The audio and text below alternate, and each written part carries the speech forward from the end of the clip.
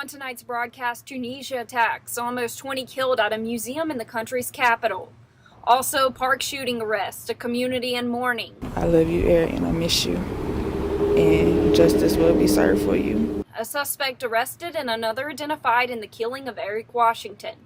And Netanyahu victory.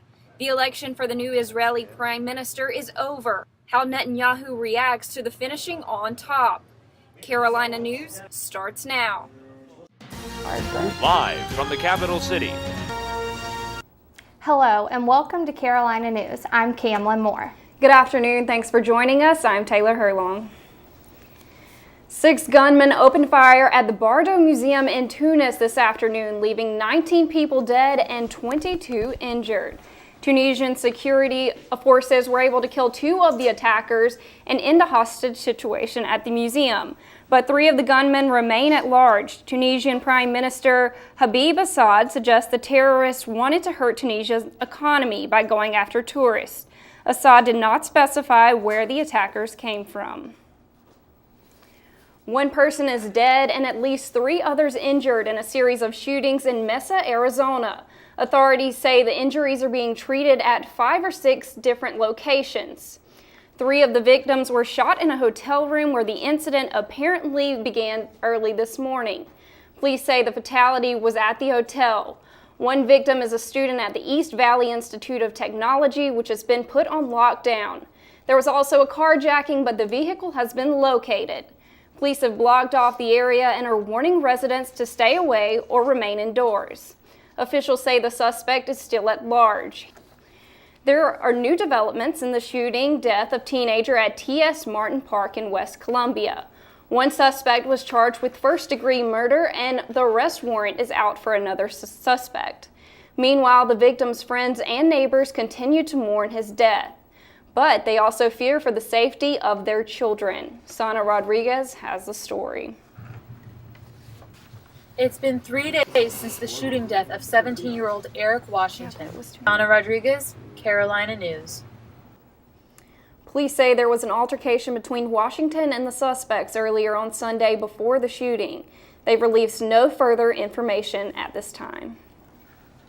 The votes are in for the Israeli election, and while they are still being tallied, Israeli Prime Minister Benjamin Netanyahu is already claiming victory.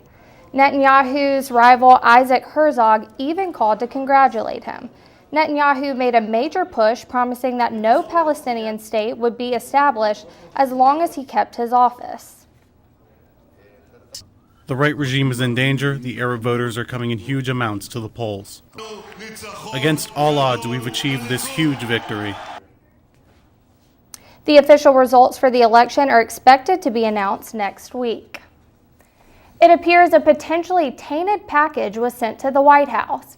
A spokesperson for the Secret Service says an envelope found Monday in the White House's screening facility is being tested. Officials say there's a chance the envelope may have cyanide. No injuries or illnesses have been reported. An investigation is ongoing. It feels really nice outside today, and I'm hoping that continues on for the rest of the week. Let's take a look at how the weather is. Ashley, what can we expect? I'm standing out in the Strom Fields and it is really nice out right now. It's in the mid-50s. Make sure to get outside, go on a run, go on a walk, because tomorrow those temperatures will be dropping and there's a chance of showers. That will be going on until Friday morning, but that will stop in the afternoon, giving you a great weekend. I'll have more for you on the 5-day forecast. Spring football is officially underway for the Gamecocks. Yesterday afternoon was the first day of spring practice. It was also the first sighting of new coach John Hoke and Lorenzo Ward as co-defensive coordinators. The next practice will be on Thursday, and like last night, it will be open to the public. O'Shea Robinson will have more on that coming up later in sports. If you have a moped or bicycle, you probably never want there to be a chance that it gets stolen. Well, there are certain precautions that can be followed in order to make sure this won't happen. Ashley Spivey has more.